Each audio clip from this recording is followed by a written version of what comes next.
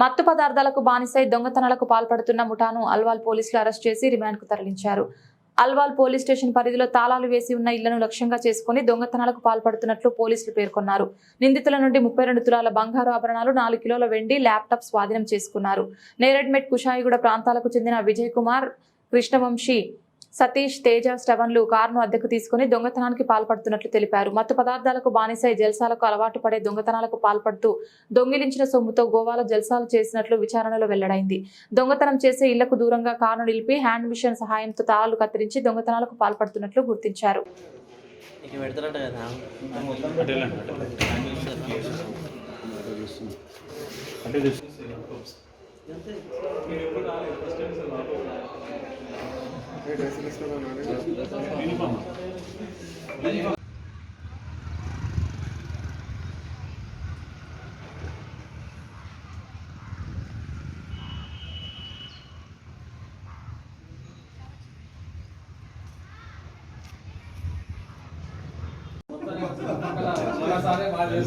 ఈ మధ్య బాగా నేను కొత్తగా వచ్చాను కదా, రాగానే వచ్చేసి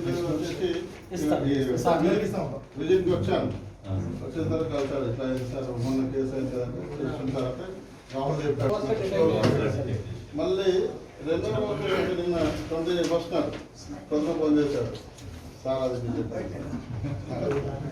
కానీ ఇది దొంగతనం చేసిన దానికన్నా అది చేస్తాం, కానీ డిటెక్ట్ అయితే వీళ్ళు చాలా చాకచక్యంగా ఇది పట్టుకోవడం జరిగింది. వితిన్ 5 డేస్ కూడా కాదు, సారీ 3 డేస్లో దీన్ని తేల్చారు. దీనికి మాకు సంబంధించి వీళ్ళు కాకుండా చాలా అనుభవమైన క్రైమ్ టీమ్ ఒకటి ఉంది మా దగ్గర.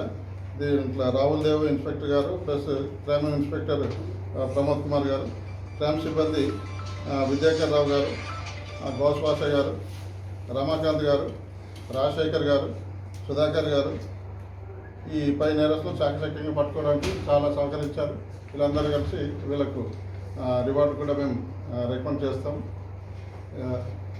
దీనికి సంబంధించి ఇవాళ నిన్న తీసుకుని వచ్చేసి ఇవాళ అరెస్ట్ చేశాం. ఫోటో ఆయన ప్రొడ్యూస్ చేస్తాం.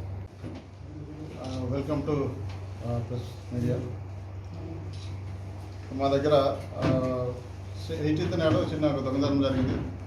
18 to 24 రాత్రి దొంగతనం జరిగిందని చెప్పేసి ఉదయం వచ్చేసి మా దగ్గర కంప్లైంట్ ఇవ్వడం జరిగింది. దానికి బేస్ చేసుకొని కంప్లైంట్ ఎఫ్ఐఆర్ ఇష్యూ చేసి క్రైమ్ టీము సీన్కి వెళ్ళారు. సీన్ అబ్జర్వేషన్ చేశారు. అది దొంగతనం జరిగిందని తెలిసింది. దానికి సంబంధించి సంబంధిత కొన్ని టీమ్స్ ఉంటాయి, క్రూజ్ టీము లాంటివి తీసుకుని వచ్చేసి అన్ని ఇన్వెస్టిగేషన్ స్టార్ట్ చేశారు. అక్కడ నుంచి వీళ్ళు 18th నాడైన దాన్ని దృష్టి పెట్టుకొని మా సీనియర్ ఆఫీసర్స్ ఈ టీం మీద ఒక 3 టీంలు తయారు చేసేసి వాళ్ళ గైడ్లైన్స్లో 3 టీములుగా విడిపోయి ఏరియాలో చెక్ చేయడం జరిగింది.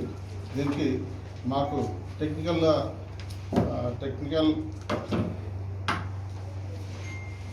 ఇన్వెస్టిగేషన్లో టెక్నికల్గా మాకు చాలా సపోర్ట్ చేయడం జరిగింది.